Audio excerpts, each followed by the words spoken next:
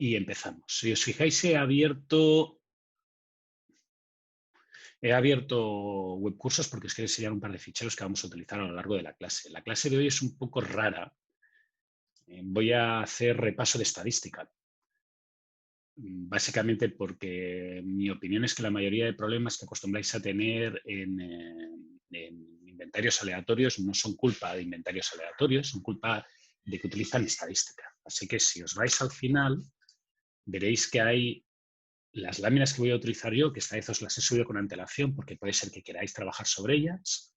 Un Excel con las fórmulas que vamos a utilizar, que veréis que vamos a utilizar muchas fórmulas, es una cosa que tiene la estadística, como hay integrales y ecuaciones bastante complejas, se han tabulado los valores en tablas y uno tiene unas tablas, antiguamente las tenía en papel, ahora las tiene la computadora, en la cual uno toma un valor y le da otro valor, ¿sí? En vez de tener que resolver la integral.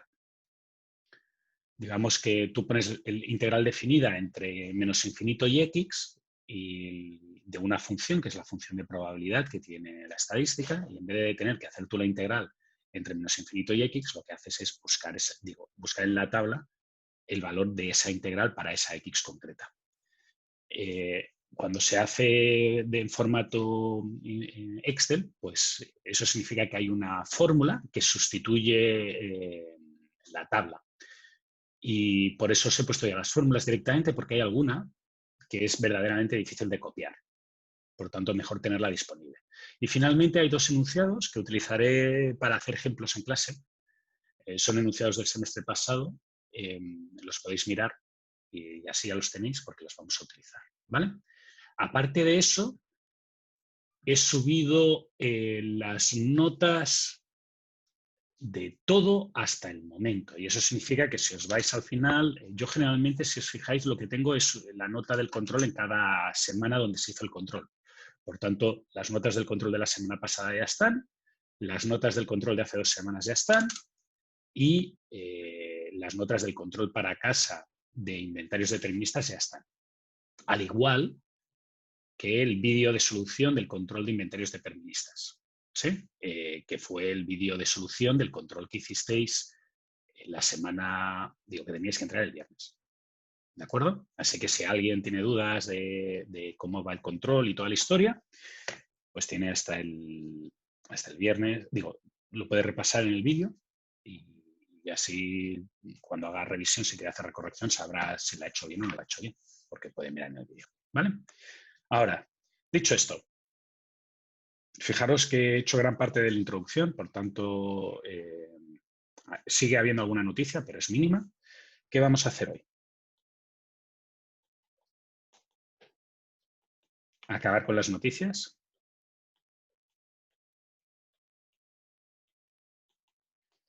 Dos, vamos a hacer un pequeño repaso de estadística.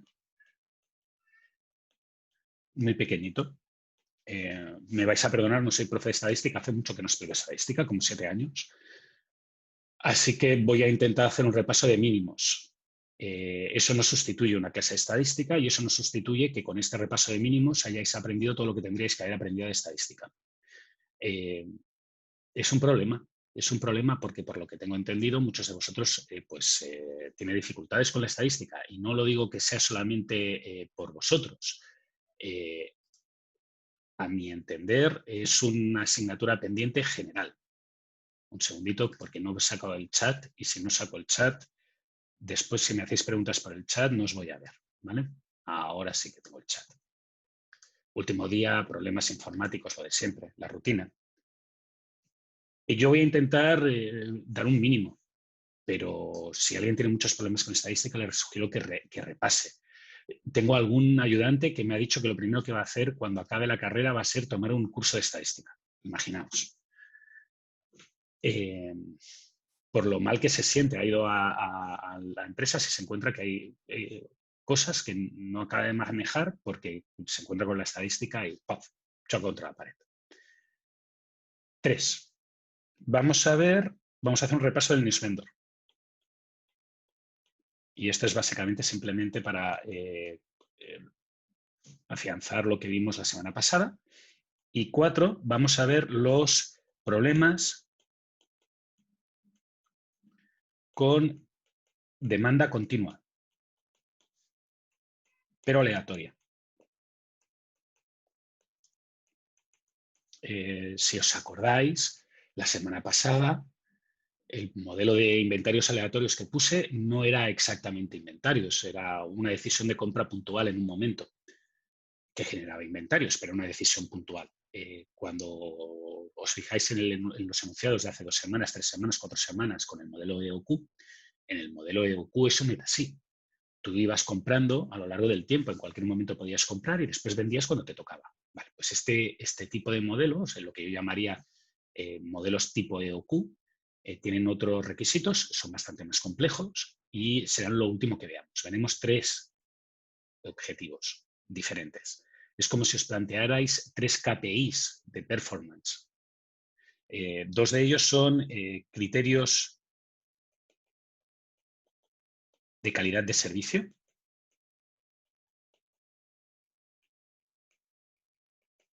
Traducido, tenemos una meta que queremos cumplir respecto a nuestra calidad de servicio, impuesta en las veces que no somos capaces de entregar a tiempo el pedido a nuestros clientes. Y uno, que será un criterio económico. Por tanto, intentaremos minimizar los costos. Y para acabar el curso, control. Al final hay 19 controles, de los 19 os quedáis con 5. ¿De acuerdo? Muy bien. Vamos a sacar las noticias. El viernes acaba el plazo para recorrección y entrega del último control para casa.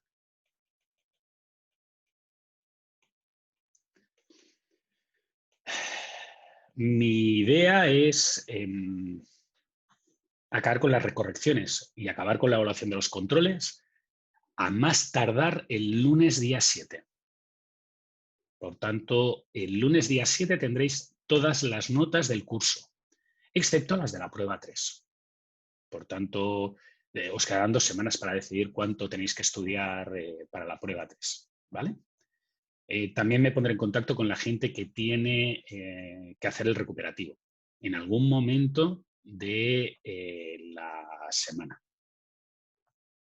que viene. ¿Sí? Ya he dicho que están todas las notas de todo lo que tenéis ya puestas. Ah, sí. Recorrecciones de los controles. El plazo de entrega de recorrección de controles va a ser durante la semana que viene. No me vengáis el 28 de diciembre, que es el día que se acaba el curso, pidiéndome que recorrija controles, porque os diré que no. ¿Sí? Vamos a intentar mantener todo civilizado y como el 12-13 de diciembre acabar todo lo que es curso excepto la prueba 3 y que el apretón que vamos a tener al final el 21 de diciembre, entre el 21 y el 28 de diciembre, sea solamente de la prueba 3 y de recuperativos. Segunda cosa, hoy es el último día de clase, pero eso no significa que yo vaya a desaparecer y no me vayáis a volver el pelo nunca más. Si alguno de vosotros necesita contactarme a lo largo de estas semanas para cualquier cosa, pues tiene mi correo electrónico y aquella gente que lo ha utilizado sabe que contesto muy rápido o que contesto, que ya es todo un éxito. Si queréis organizar alguna clase extra en la última semana para prepararos para el examen del día 21, avisadme. Yo no tengo ningún problema. Como he hecho en la prueba 1 y como he hecho en la prueba 2. No tengo ningún problema. Me decís, yo me junto o pongo un enlace de Zoom y contesto todas las dudas que tengáis. ¿De acuerdo? Y eso acaba el tema de la prueba, de pruebas, evaluaciones, material docente, etc, etc, etc. En teoría estoy ya al completo. Vamos a lo último, que es nuestro repaso de estadística. ¿Sí? Lo primero que quiero comentar, antes de empezar a repasar la estadística, es que generalmente cuando uno habla de estadística no dice que no conoce los datos. Si uno no conoce las ventas, y eso es un aviso que os doy para vuestro trabajo real, si os vais, cuando salgáis de aquí, si queréis hacer un control de alguna cosa, si queréis utilizar algún método matemático para resolver algún tipo de problema y no disponéis de datos, porque la empresa dice que no tiene datos, no podéis hacer nada. No se puede hacer nada científicamente. Podéis intentar generar un método que capte los datos. Eso es lo mejor que podéis hacer. O podéis suponer que los datos son de alguna manera. ¿Sí? En clase, por suerte, tenemos la vida un poco más fácil. Y lo que vamos a hacer es suponer, cuando no tenemos los datos como deterministas, vamos a suponer que conocemos la distribución estadística, la distribución de los datos.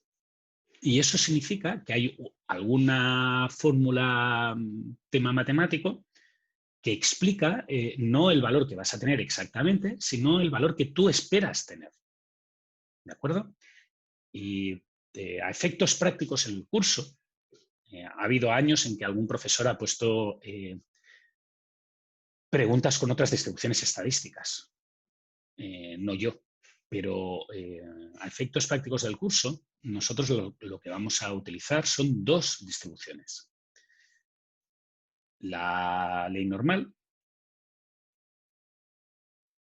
y una distribución empírica. ¿Vale? La distribución empírica básicamente es que tú lo que tienes es una tabla con posibles eventos y su probabilidad.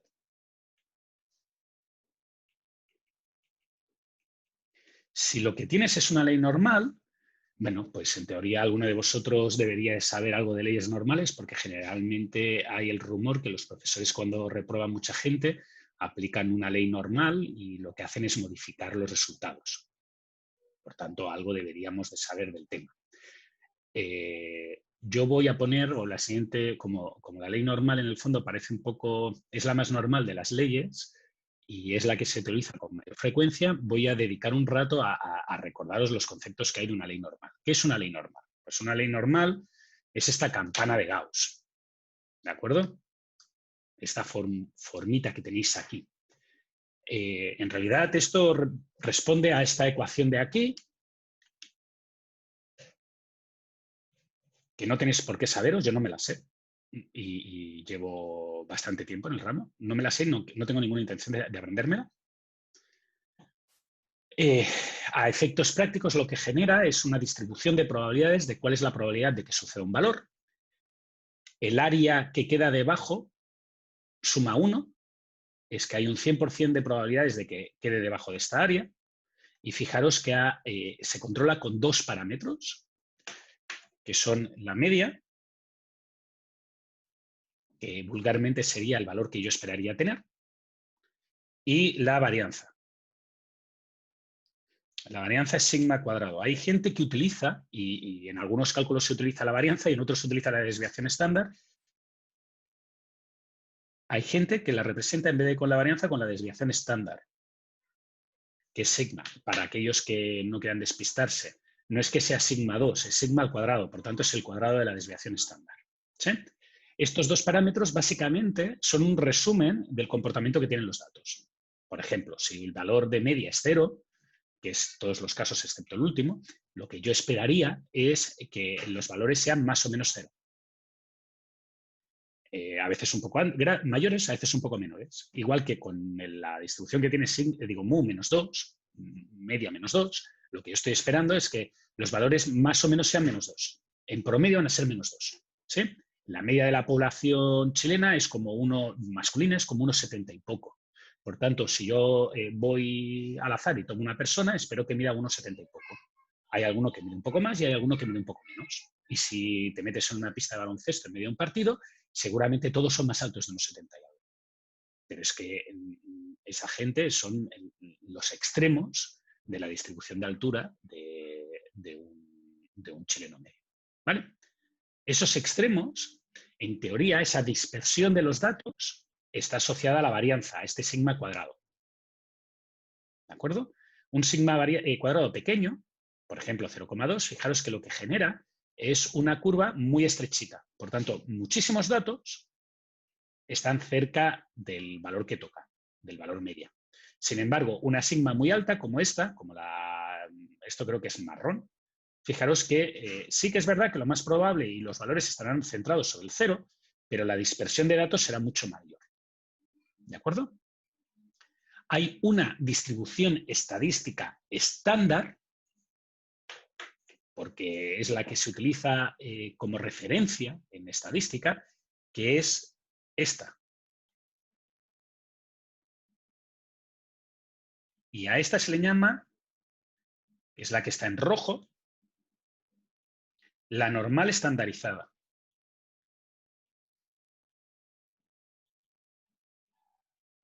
Resulta que para hacer 800 cálculos estadísticos, uno necesita hacer ciertas cosas y ciertas integrales y ciertas derivadas en esta ecuación.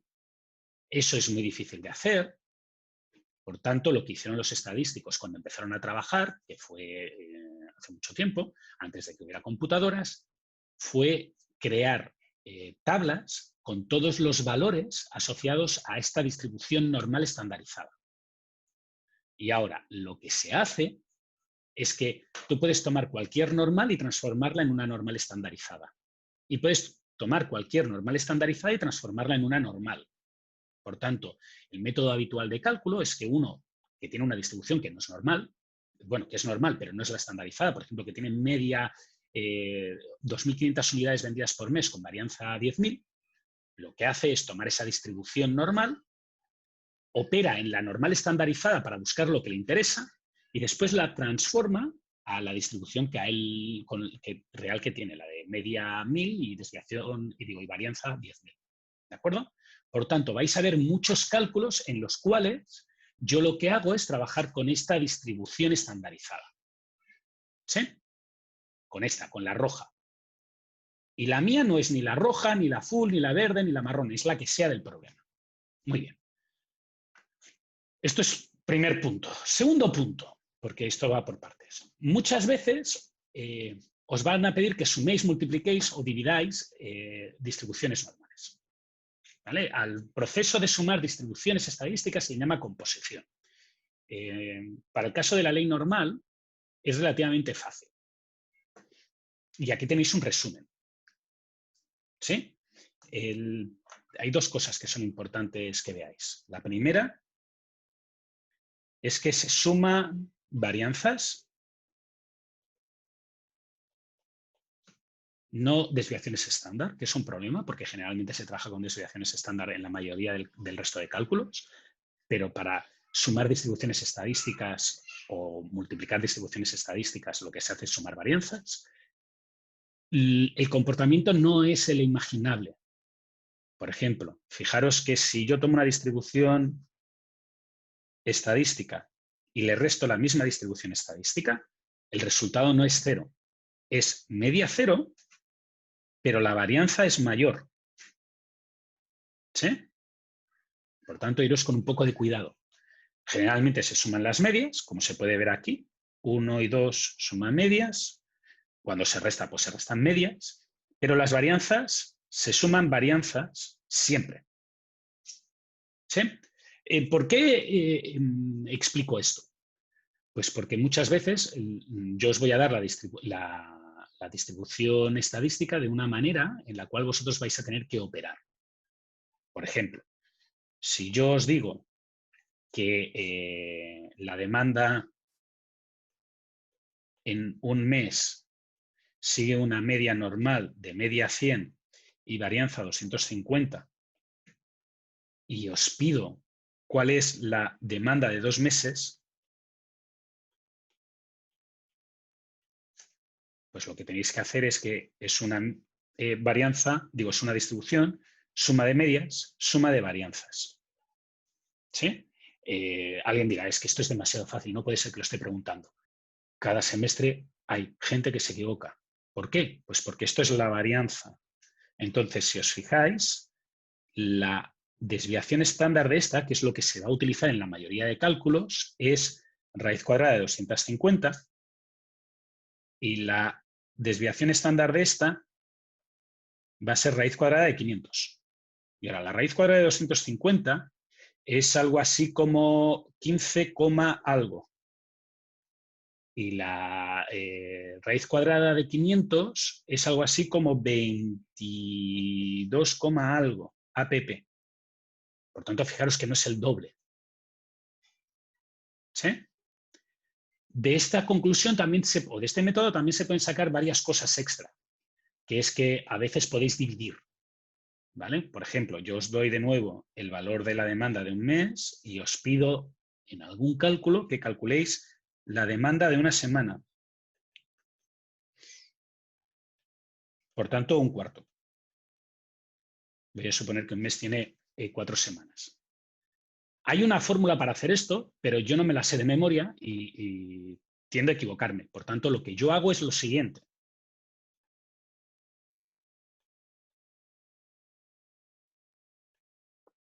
Cuatro veces esto tiene que ser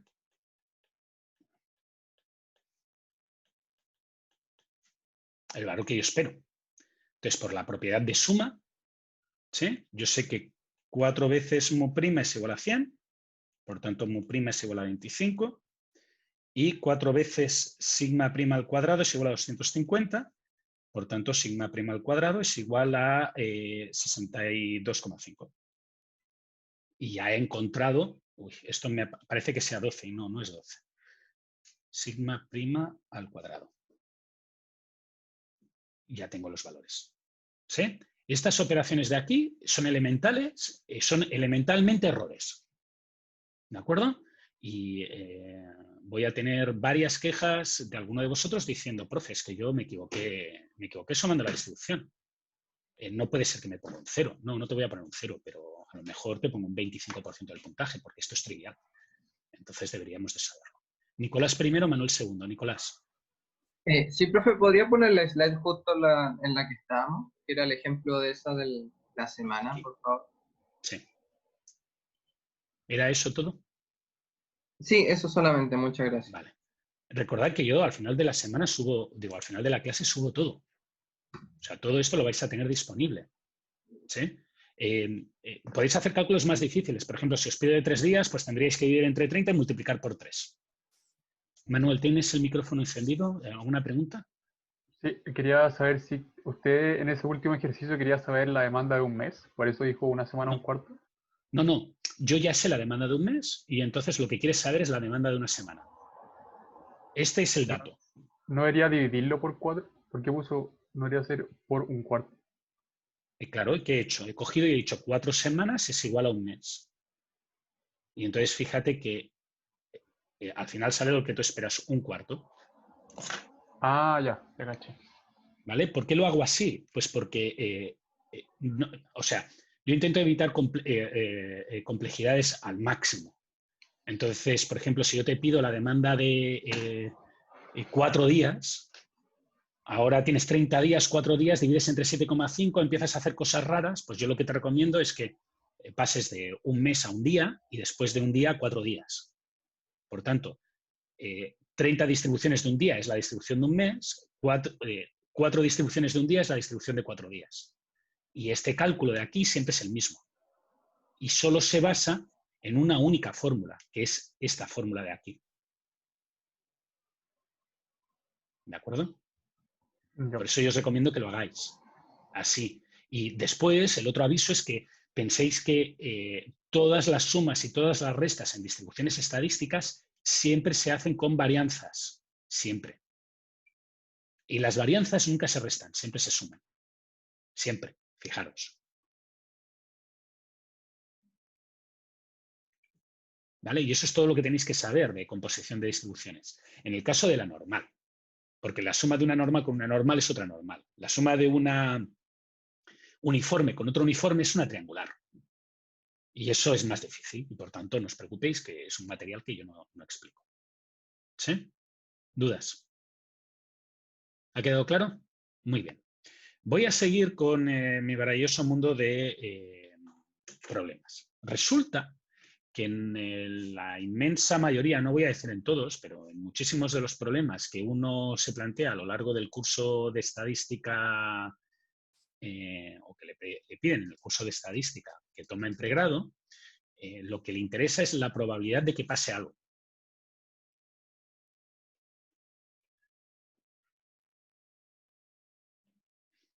¿Sí? Por tanto, básicamente lo que le interesa es un área de este dibujo. Entonces, como de nuevo, esta área, alguien ya os ha hecho la integral, sigue siendo una fórmula bastante fea, una integral entre menos infinito e infinito de esto de aquí, muchas cosas. Esto es para la normal de media 1 y varianza, de media 0 y varianza 1. Lo que acostumbra a ver son unas tablas que hacen los valores, ¿de acuerdo? Entonces tú lo que dirías es qué probabilidad o qué porcentaje de la demanda queda cubierta por un valor hasta aquí. Y ahora el porcentaje de la demanda o el porcentaje de sucesos que queda cubierta por un valor hasta aquí es el área de toda esta superficie que estoy yo marcando en verde. ¿De acuerdo? Y estos valores están tabulados. O sea, se conocen para la ley normal estandarizada. Y si os fijáis, en la ley normal estandarizada, esa tabulación, esa etiqueta, está representada con un valor z. Y, por ejemplo, en este caso yo he escogido z igual a 2. Z igual a 2 implica que el 97,7% de los casos tienen valor 2 o inferior en una normal de media 0 y varianza 1. ¿De acuerdo? Muy bien. Pero yo puede ser que me encuentre que tengo una normal de media 40 y varianza 40. ¿De acuerdo? Y ahora, perdona, voy a poner un número que sea fácil de hacer la raíz cuadrada, porque voy a necesitar hacer una raíz cuadrada, así que me vais a perdonar que haga trampa. Y ahora fijaros que la forma que tiene esta distribución normal es exactamente la misma. Será la misma. Lo que pasa es que ahora la media, en vez de ser 0, como veis aquí, la media ahora va a ser 40. Y la amplitud va a estar controlada por este valor de aquí, por este 49. Entonces, cuando uno tiene un valor, por ejemplo, yo voy a poner 54,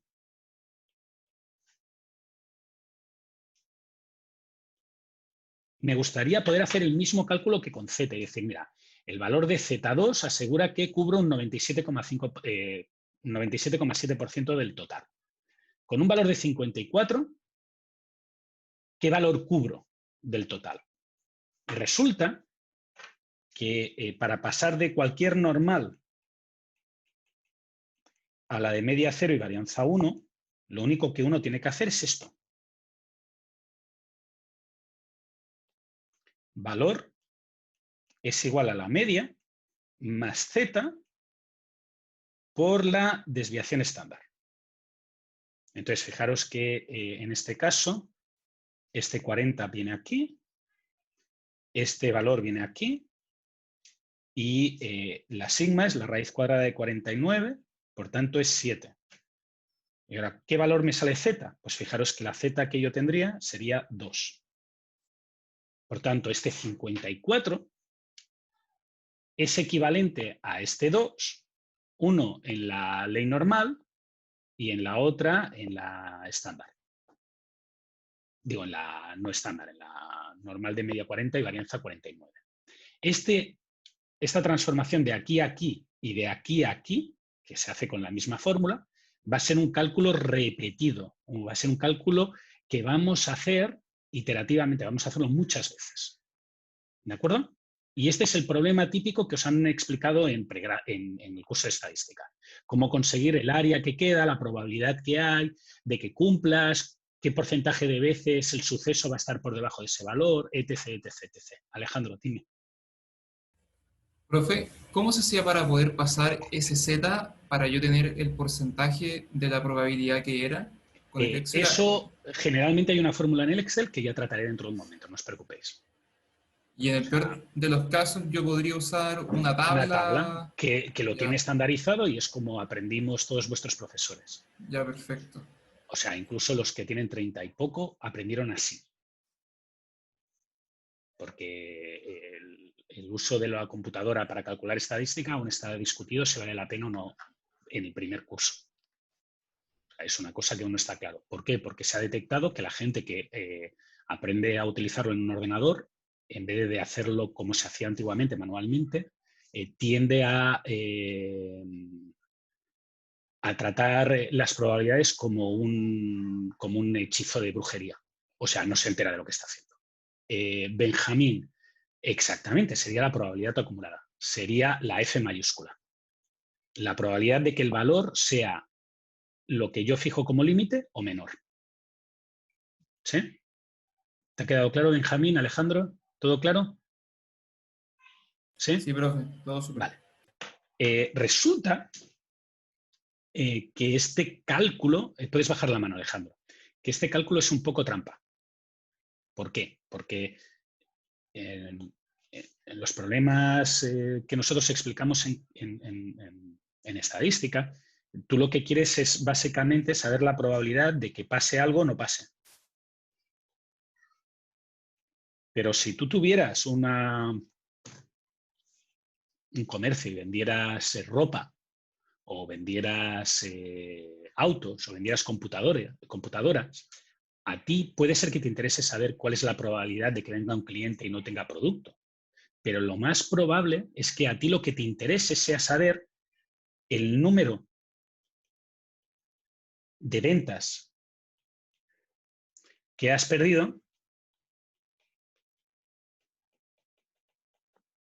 por no tener inventario.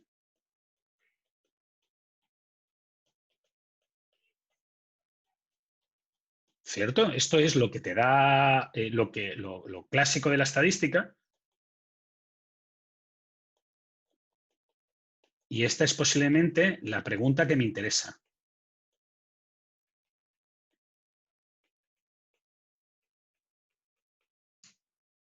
¿Sí? Parece lógico que la pregunta que me interesa responder sea esta. Y esta pregunta, la estadística o lo que os explicaron en el curso de estadística no lo contesta. Pero sí que podemos plantear un poco lo que hay aquí. ¿Sí? Si os lo planteáis, esta área que hay a la derecha es la probabilidad de que me quede sin inventario. Y ahora, en el fondo, a mí lo que me gustaría es el número de ventas perdidas, en promedio, correspondería al siguiente cálculo. Probabilidad que la demanda sea igual a mi tamaño de lote, lo que yo he comprado, o al valor el valor límite, más 1. Y esto es que he perdido una unidad, he dejado de vender una unidad. O que la probabilidad sea igual al valor más 2. Y entonces fijaros que en este caso he perdido 2 unidades. O que el valor sea igual, o que la demanda sea igual al valor más 3. Y en este caso he perdido 3 unidades. Y fijaros que esto sería un sumatorio. Y este valor de aquí lo que me estaría informando es el número de unidades en promedio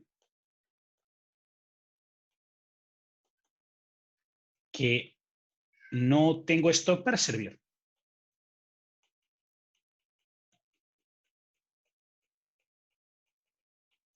¿Cierto? En el fondo lo que estoy haciendo es, si hacéis esto un poquito más grande y yo hago esto un poquito más pequeño, mirar, me he pasado de 1 y eso lo anoto que he perdido una venta. La probabilidad de que me haya pasado de 2 y eso le anoto otra venta, digo, 2 ventas que he perdido.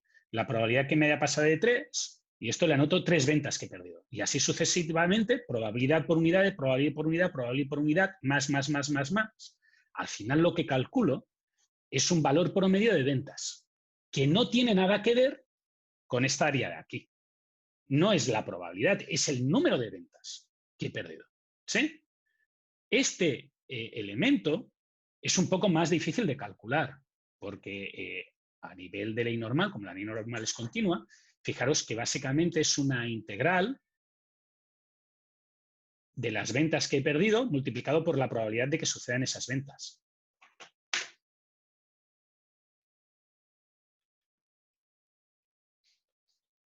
o de esa demanda.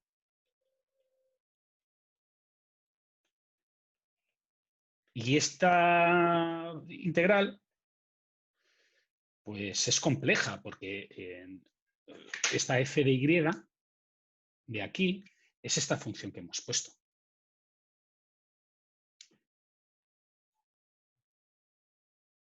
¿De acuerdo? Entonces, como es esta función que hemos puesto y es una función relativamente compleja, etc., etc., etc., resulta que los valores de aquí,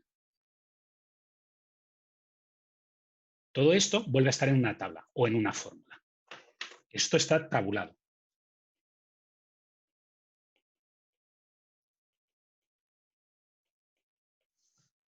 ¿De acuerdo? Y se le conoce como función de pérdida. Ese es el nombre técnico que tiene. ¿Sí? Y como está tabulado, pasa exactamente como en la normal. Todo está tabulado respecto a la normal de media 0 y varianza 1. Así que me vais a ver haciendo cambios de una función en otra y otro valor en uno. ¿Sí? Voy a estar manipulando valores estadísticos en tablas y cambios de tablas y cambios de tablas. ¿De acuerdo? ¿Cuándo se utiliza una o cuándo se utiliza la otra? Básicamente hay que distinguir o hay que comprobar o verificar cuando uno habla de probabilidades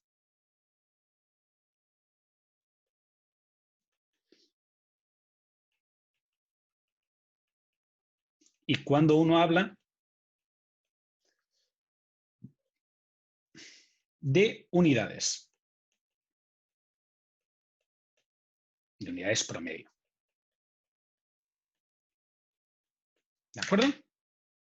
Cuando uno habla de probabilidades, pues todos los cálculos son con las funciones que visteis en estadística. Cuando uno habla de unidades promedio, todos los cálculos son con esta función de pérdida, que no he introducido en gran detalle porque la introduciré cuando la veamos por primera vez en un ejercicio. ¿Sí? ¿Preguntas hasta aquí? ¿No? ¿Ha quedado claro el repaso de estadística? De nuevo, la función de pérdida, esperaros al momento en que la veamos por primera vez para que intentar ver cómo se calcula, porque no ahora mismo es simplemente algo que tenéis que saber, que es que hemos hecho un pequeño cambio porque tenemos que tener en cuenta las probabilidades multiplicado por el número de unidades, no solamente las probabilidades. ¿De acuerdo? Y bueno, eso de probabilidades por número de unidades sumado todo es, al fin y al cabo, es lo que es una integral. Es esta integral de aquí. Eso es una integral. Muy bien. Si no hay dudas, como repaso de la teoría y de la estadística y de las distribuciones estadísticas básicas, nos vamos a ir a resolver o a hacer un repaso del ejercicio de Newsvendor que hicimos la semana pasada. ¿De acuerdo? Porque si os acordáis, ¿Profe? en el Newsvendor, dime. ¿Podría volver a explicar una cosa que dijo un par de diapos más atrás sobre la función de pérdida? Cuando la estaba introduciendo, que no entendí bien eso de ahí, porque Vale. tiene P... Sí, un segundo. Me ha quedado claro. Pero si te parece, lo voy a explicar con esto de aquí. Ya, porque es más fácil de entender. ¿Vale? Tú, en el fondo, lo que representa el área es la probabilidad, la suma de probabilidades. Por tanto, imagínate esta área en marrón, en el fondo lo que dice es que como el conjunto es un 100% y la área en verde es 97,7, la probabilidad de quedarte corto, de que el valor real sea mayor a esta z que tú has puesto, es del 2,3%. Y ya está. Pero tú muchas veces no quieres saber la probabilidad de quedarte corto. Quieres saber cuántas unidades te has quedado corto. ¿Sí? O sea, si tú tienes una tienda, a ti no te interesa saber el porcentaje de veces que no has entregado el producto. Muy probablemente a ti te interesa saber cuántas ventas has entregado tarde. ¿Cuántas unidades? Y entonces lo que se hace es, miras la probabilidad de que hayas entregado tarde una unidad. ¿Cuál es la probabilidad de que hayas entregado tarde una unidad? Esta altura. De aquí. Esta altura de aquí es la probabilidad de haber entregado tarde una unidad. ¿Sí? Y ahora eso lo multiplicas por una unidad que has entregado tarde. Esto de aquí, esta altura, es la probabilidad de que hayas entregado tarde 2 unidades. Bueno, pues lo multiplicas por 2, porque has entregado tarde 2 unidades. Y esta probabilidad de aquí es la probabilidad de que hayas entregado tarde 3 unidades. Y ahora haces para todos los valores posibles.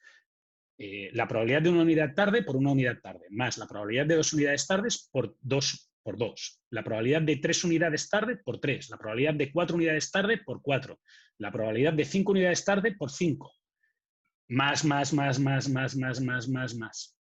hasta la probabilidad de 1000 unidades tarde por 1000. ¿De acuerdo?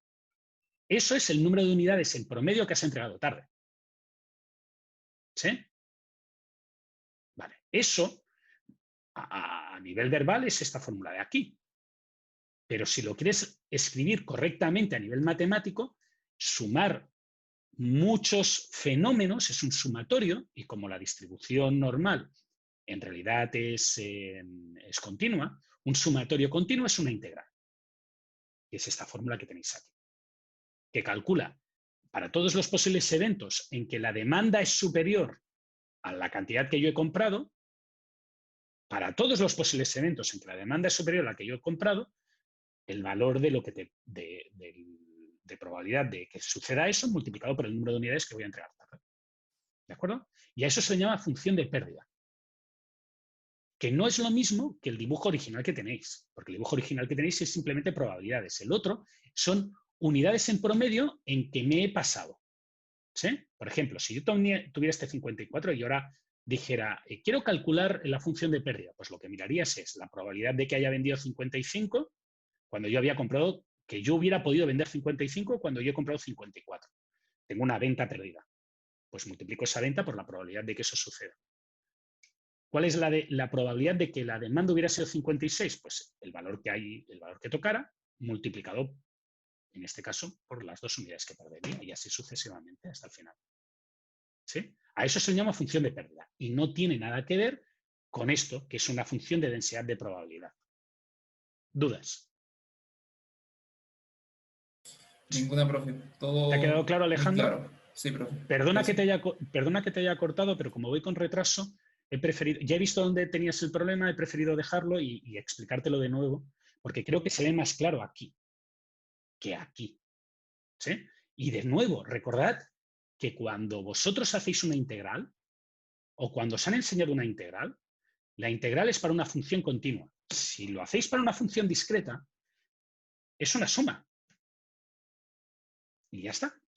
Igual que una derivada es para una función continua, para valores discretos es una resta. Y no os tenéis que atemorizar por la integral. Bueno, es una función. Sí, ahora voy a explicar el control E14, Nicolás. ¿Dudas?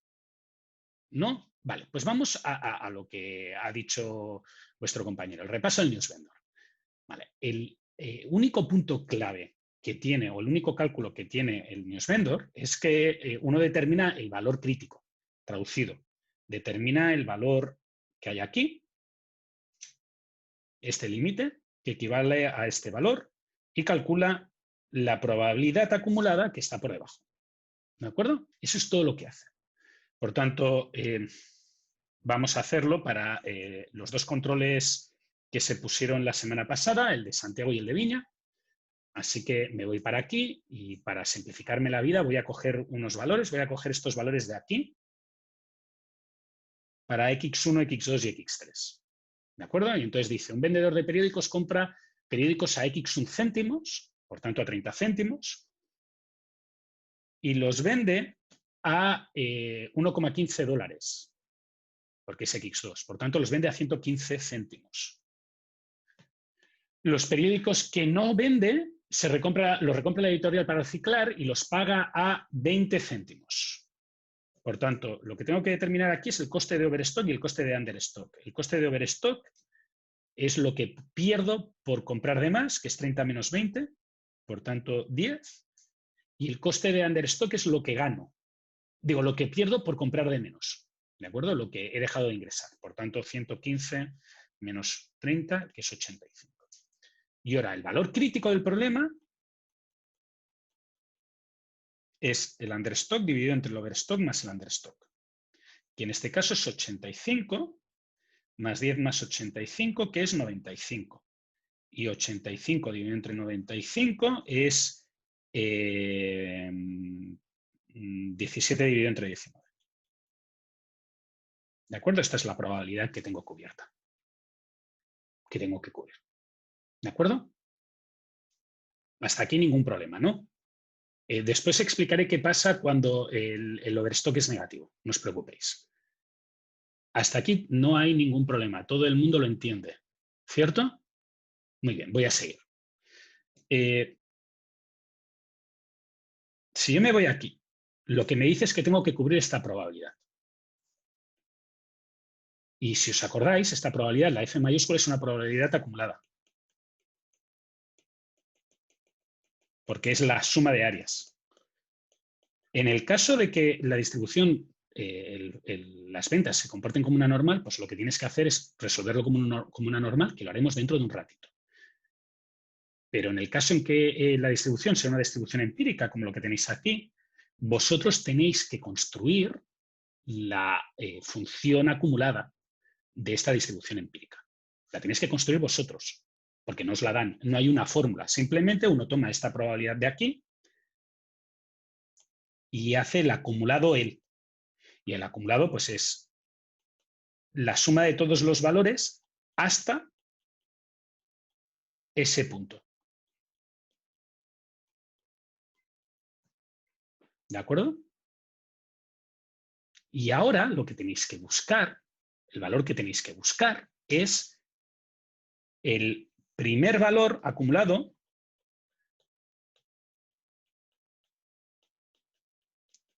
mayor o igual a la probabilidad crítica. ¿De acuerdo? Y la probabilidad crítica es 17 dividido entre 19, que es lo que hemos calculado antes. ¿De acuerdo? Por tanto, el primer valor que es superior o igual a la probabilidad crítica es este. ¿De acuerdo? Antes de que alguien me alegue, porque voy a alegar yo. Como es el último día de clase, permitidme que me comporte como un viejito. No sé si aquí en Chile pasa lo mismo, pero los viejitos siempre dicen que los tiempos pasados eran mejores, que las nuevas generaciones no sé qué. 5 minutos antes de poner el control. 5. Si llega, dije, tiene que ser el primer valor igual o superior. Nunca un valor que esté en promedio. No hay que promediar entre el 34 y el 35. Es directamente el primer valor que es igual o superior. Un 10% de la clase me puso un valor entre 34 y el 35. Hizo una proporcionalidad entre el 34 y el 35. Y yo dije 5 minutos antes que no. ¿Vale? No hagáis ese cálculo, estará mal. Y si alguien tiene dudas, que coja el Excel y haga un cálculo de ver cuánto dinero le está costando hacerlo mal, porque yo lo expliqué en clase y hice el cálculo en clase para demostrar que realmente estaba mal. Y en el caso de una distribución discreta, es lo único que hay que hacer el acumulado, hay que calcular la probabilidad, ver cuál es el valor estrictamente igual o superior. 17-19 es como un 80 y algo %. Pues el primero que es estrictamente igual o superior es el 35. Se acabó. ¿Sí? Hay alguna gente que tuvo mala suerte y que le salieron ejercicios como el siguiente.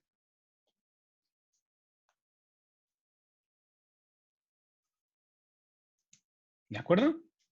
Y ahora fijaros que lo que hubiera pasado en este caso es que compra 30 y vende a 50. Incluso después. Por tanto, lo que sucede es que el coste de overstock es menos 20. Vale. Si tenéis un coste de overstock de menos 20, quiere decir que ganáis dinero incluso si no se vende el producto.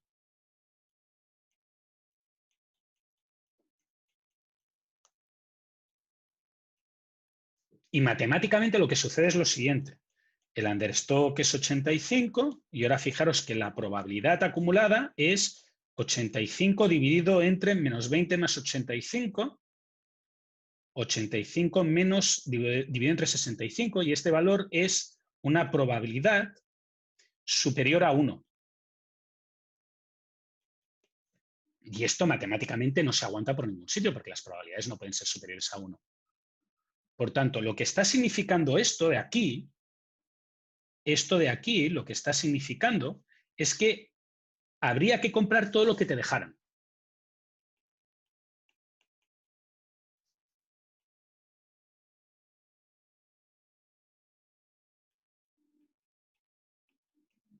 En realidad habría que comprar infinito. Porque ganas dinero con todas las unidades. ¿Las vendas o no las vendas? ¿Sí? Y eso no es correcto. Quiere decir que hay algo mal. Por tanto, el hecho de que te dé una probabilidad superior a 1 quiere decir que hay un warning, hay un aviso de que algo está mal y es estos costes de aquí. Y estos costes de aquí están mal. Un segundito, Nicolás. ¿Sí? A la gente que le ha pasado esto, yo le dije durante la clase que escogiera el tamaño más grande, que cogiera 35 o un valor enorme. Y que se lo contaría bien, porque ha llegado a la solución correcta, que es que hay que comprar lo máximo posible. Infinito si te deja. ¿De acuerdo? Pero este es el caso normal que le pasa a todo el mundo.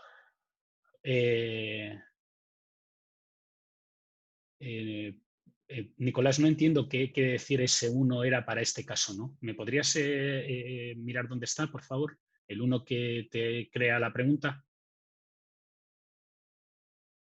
Nicolás. ¿Profe, me escucha? Sí, te escucho. Que me cambié de lugar. Ah, dime dónde está ese 1. Me refiero al 1, si era el 1, porque a veces hacemos los controles con un mismo valor referencial, pero no necesariamente tiene que ser el 1. No, él será el que te toque a ti. O sea, Okay. Yo he escogido la primera fila pues porque no tenía ganas de buscar valores diferentes. Cada uno tendrá el valor que tenga. ¿Sí? Cada uno tiene el valor que tenga, no pasa nada. Ahora, vamos a la versión con la ley normal, que es la que le tocó a vuestros compañeros de Viña. Y ahora, si os fijáis, los valores son los mismos, por tanto, el understock y el overstock son lo mismo. En realidad, en este caso es un poco distinto, porque aquí hay un 10 en vez de un 30. Y lo que os dice es que ahora esto funciona con una distribución normal de media 45 y desviación estándar 20. Por tanto, en este caso hay que volver a calcular el coste de overstock y el coste de understock. El understock es 115 menos 30, que es 85. El overstock en este caso es 30 menos 10, que es 20. Yo he escogido los valores de la primera fila para ahorrarme tiempo, ¿vale? Y ahora, la probabilidad crítica, el valor crítico es 85 dividido entre 20 más 85, que es 85 dividido entre 105, que es 17 dividido entre 21. Y esto lo utilizaré luego cuando abra el Excel, no os preocupéis. Y ahora fijaros que la distribución que tengo que mirar es la normal de media 45 y varianza 20 al cuadrado. Y ahora tengo que buscar cuál es el valor que hace que 17 21avos queden por debajo. ¿De acuerdo? Y esto lo voy a hacer con el Excel. Así que abro Excel. Voy a calcular el valor de overcost y undercost de nuevo. Lo voy a apuntar.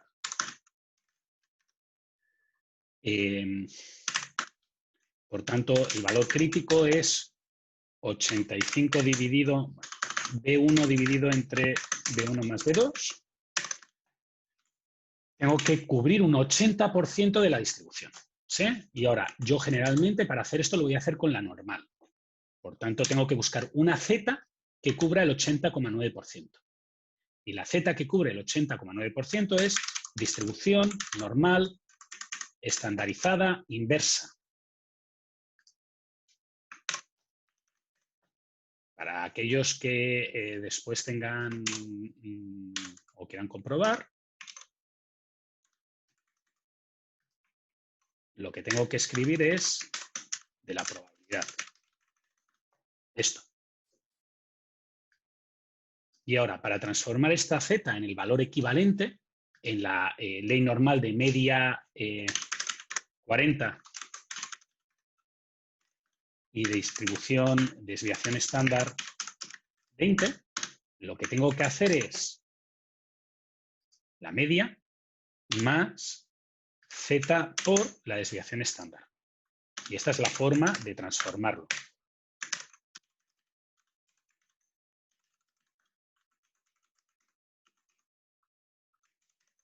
Por tanto, el valor que habría que contestar aquí es 57,522. Este es el valor que deja el 80, algo por ciento de la distribución por debajo, el 80,9% de la distribución por debajo. 57,52.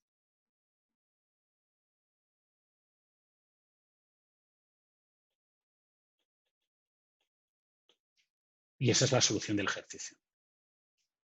¿De acuerdo?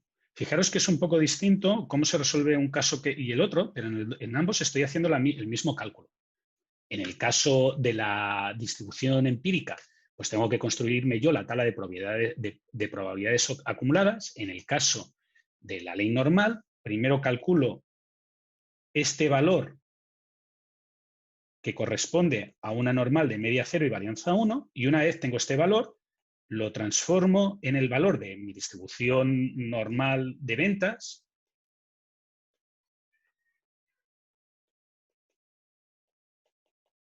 a través de esta fórmula. ¿De acuerdo? Y para obtener esta z, lo que he hecho es utilizar una fórmula de Excel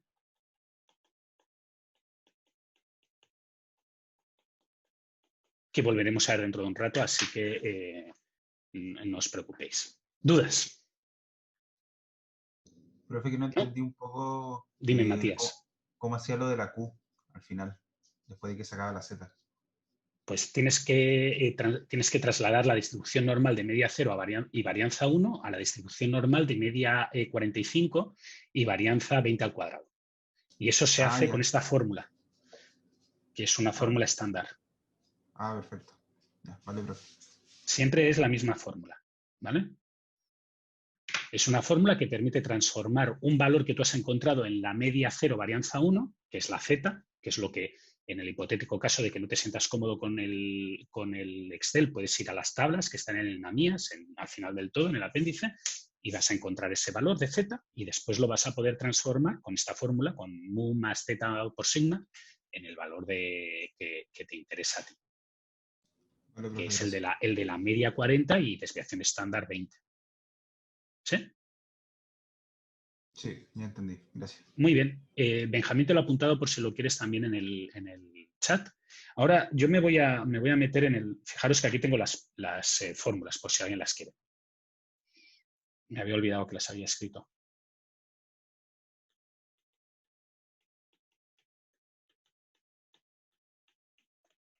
Y en el caso de la distribución empírica, fijaros que no he puesto ninguna fórmula. Construir tabla. Profe. Dime. La segunda fórmula que salía en la diapo anterior era para pasar una probabilidad normal estandarizada. No. Esta fórmula de aquí, ¿sí?, es una alternativa a la fórmula de arriba. Es para que me dé el Z y de ahí yo... La fórmula de abajo calcula Z y te hace la suma L. O sea, yo lo que he explicado que hagáis es esto. Usar 1 y luego calcular mu más Z por sigma. Eso es lo que yo os he explicado que hagáis. ¿Sí? La fórmula de abajo Hace todo. hace las dos cosas juntas. Ya, perfecto. ¿Vale? Yo no os recomiendo que la hagáis porque sí, os ahorráis una línea, pero después vais a tener un problema cuando resuelvo otros ejercicios que son un poco más complejos. ¿De acuerdo? Ya, vale, perfecto. Muy bien. Vamos ahora al caso de la demanda aleatoria. Continua. Fijaros que el modelo de OQ que vosotros habíais hecho en clase era así, era este. Demanda, consumo, demanda, consumo, demanda, consumo, demanda, consumo. Y si os fijáis aquí, el cero no está justo en el punto de... La línea de cero no está puesto justo cuando llega el producto, sino que tenéis una cosa aquí, un extra, que es un stock de seguridad. Porque en la realidad, normalmente la gente tiene stock de seguridad. Este stock de seguridad no nos sirve o no tiene utilidad en el caso de productos deterministas y con todos los datos deterministas, porque nosotros podemos controlar cuándo pedimos y podemos controlar exactamente cuándo nos vamos a quedar sin y, por tanto, hacemos un timing para que llegue justo cuando nos vamos a quedar sin. Ahora bien, en el caso de productos aleatorios, el gráfico es más bien como este. ¿Sí? ¿Y qué pasa en este gráfico? Pues que yo sigo pidiendo en un punto concreto, sigo pidiendo en el punto de pedido,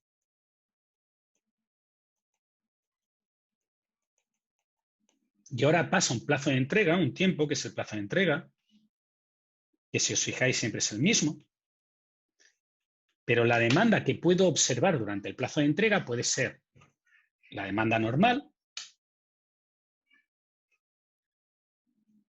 puede ser una demanda más baja de la normal,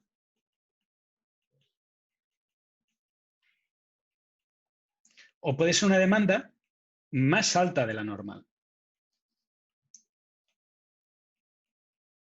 ¿Vale? Fijaros que si la demanda es más alta de la normal, puede sucederme que me quede sin. Fijaros que este gráfico de aquí, este valor de aquí, está por debajo de cero. ¿Qué significa un stock por debajo de cero? Significa que tengo entregas pendientes.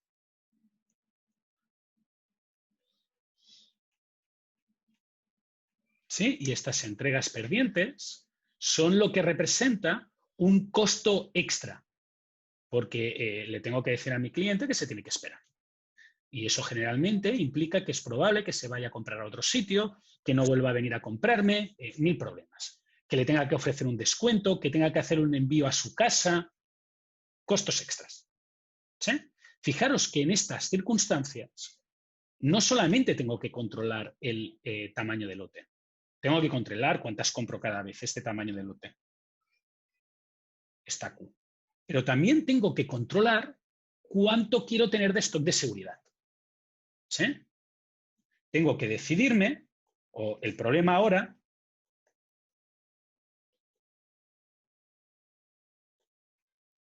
tiene dos variables.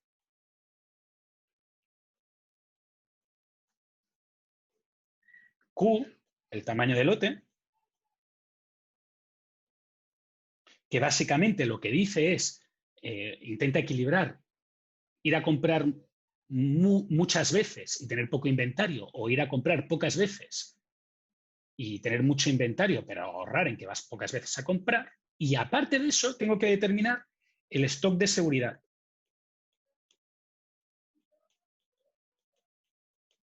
Que en el fondo lo que indica es, si tengo poco stock de seguridad, romperé más veces, me encontraré más veces en la situación de que le tendré que decir a mi cliente, espérese un día para que le entregue, pero a cambio tendré poco inventario. Sin embargo, si tengo un stock de seguridad muy alto, tendré más inventario, porque fijaros que el stock de seguridad es como una especie de plataforma en los zapatos del problema. Es una cantidad extra, es una altura extra que tienes por la plataforma. Por tanto, el inventario, que es el área que queda debajo del triángulo, pues es mayor, tiene más área, porque es el triángulo antiguo más la plataforma. ¿Sí? Por tanto, tienes más inventario. A cambio, ¿qué pasa? Que Si tú pones más altura entre cuando pides y el 0, la probabilidad de llegar a 0 es más baja. Por tanto, la probabilidad de que te suceda esto es menor y, por tanto, habrá menos veces que le servirás a tu cliente tarde. ¿Sí? Hay mucha gente que supone o que parte de la idea de que el inventario es malo. Bueno, si el inventario tiene muchas maldades, pero hay una cosa que todo el mundo me tiene que reconocer. Si tú quieres poder entregarle el producto cuando tu cliente viene a la tienda y que se lo lleve con él encima, tienes que tener inventario. Tienes que tenerlo para dárselo. Por tanto, ese inventario extra que tienes, básicamente lo que te permite es hacer frente a más clientes que vengan de golpe y hagan que esta curva no baje por debajo del 0. ¿De acuerdo? Muy bien. Por tanto, ahora vamos a tener dos problemas. Vamos a tener el problema del tamaño del lote y vamos a tener el problema del stock de seguridad. ¿De acuerdo? Pero el stock de seguridad, desafortunada o afortunadamente, nosotros lo vamos a ver camuflado. Generalmente la variable que vosotros vais a escoger es el punto de pedido. El reorder point. Que es la cantidad que tengo en el almacén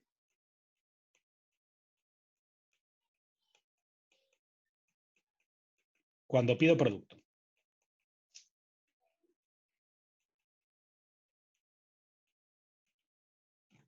Este valor de aquí.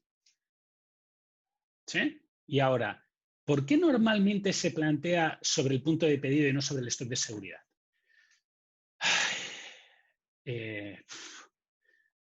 Yo creo que es porque si tú quieres mandar a alguien, le tienes que decir, pide cuando llegues a este nivel. Y no complicarle la vida. Y entonces, pide cuando llegues a este nivel es el punto de pedido. ¿De acuerdo? A efectos prácticos, en este dibujo se ve muy claro la relación que hay entre uno y el otro. Este punto de aquí es el punto de pedido.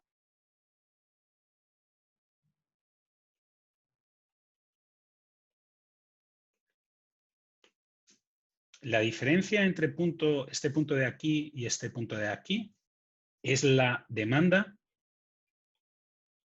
esperada durante el plazo de entrega.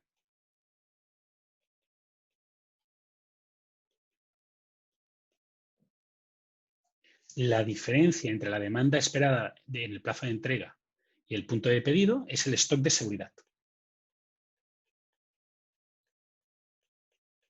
¿Y por qué o cómo se puede deducir este elemento de una forma fácil?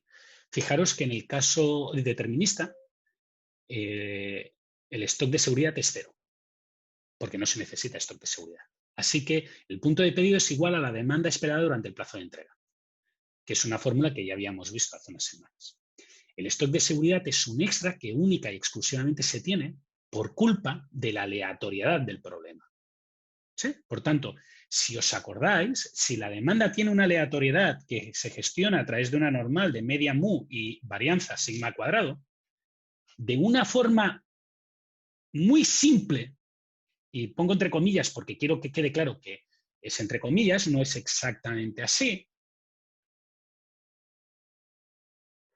esto te va a definir esta cantidad, o va a estar asociado a cómo se calcula esta cantidad, y esto va a estar asociado a cómo se calcula esta cantidad.